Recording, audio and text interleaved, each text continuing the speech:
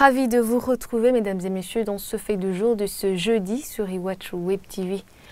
Tous les partis politiques agréés au Burundi ont été invités par le ministère de l'Intérieur ce vendredi afin de se convenir sur une feuille de route pour les élections de 2020.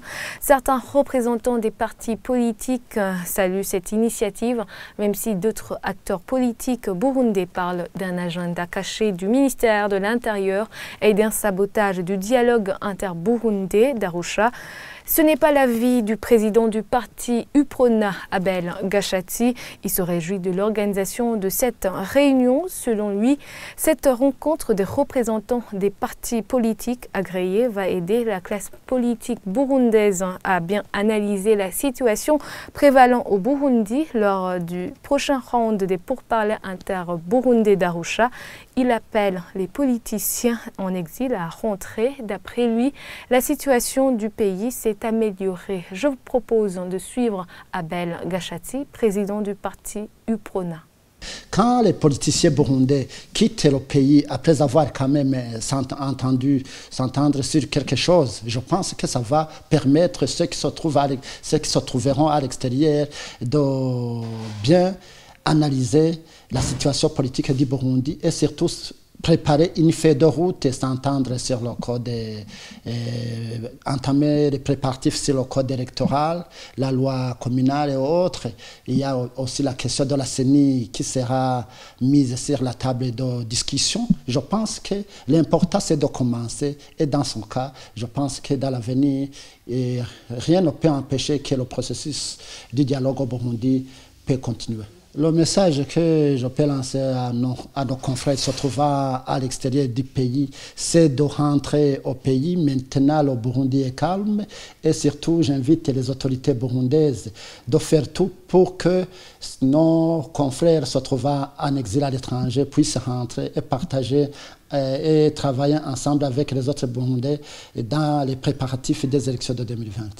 Selon Kefa Nibidi, président du parti Frodebu Nyakuri, à la fin de cette réunion, les politiciens invités vont se convenir sur une feuille de route pour les élections de 2020. Il indique également qu'à travers cette rencontre, les représentants des partis politiques conviés vont se convenir sur la formation et la composition des organes de gestion des élections. Entendez la CENI. Écoutez-le. Nous espérons que nous allons signer une feuille de route qui inclut notamment la non-violence pendant la période pré-, pendant et post-électorale. Nous espérons aussi que nous allons nous convenir sur la mise en place et consensuaire des organes de gestion des élections, notamment la CENI et ses démembrements.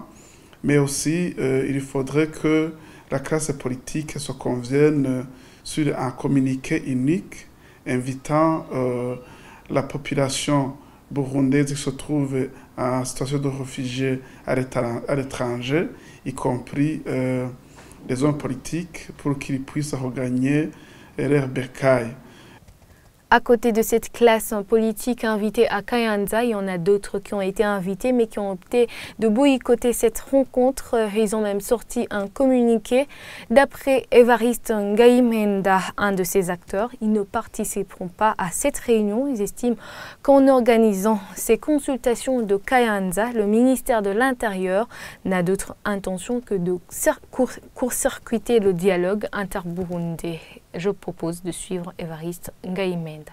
L'objectif de la déclaration, c'est juste pour se faire savoir que non seulement les signataires ne participent pas à cette rencontre, mais qu'en plus, ils ne se reconnaîtront même pas dans les conclusions de cette rencontre. Pour la simple raison que nous considérons que c'est une façon pour le ministère de l'Intérieur de court-circuiter le dialogue en cours, en ce sens que l'agenda électoral figure parmi les questions clés qui doivent être discutées dans le cadre de ce dialogue. Des propos recueillis par Sheila Irambona. Et c'est la fin de ce fait du jour. Je vous remercie pour votre attention et je vous souhaite une agréable soirée à tous.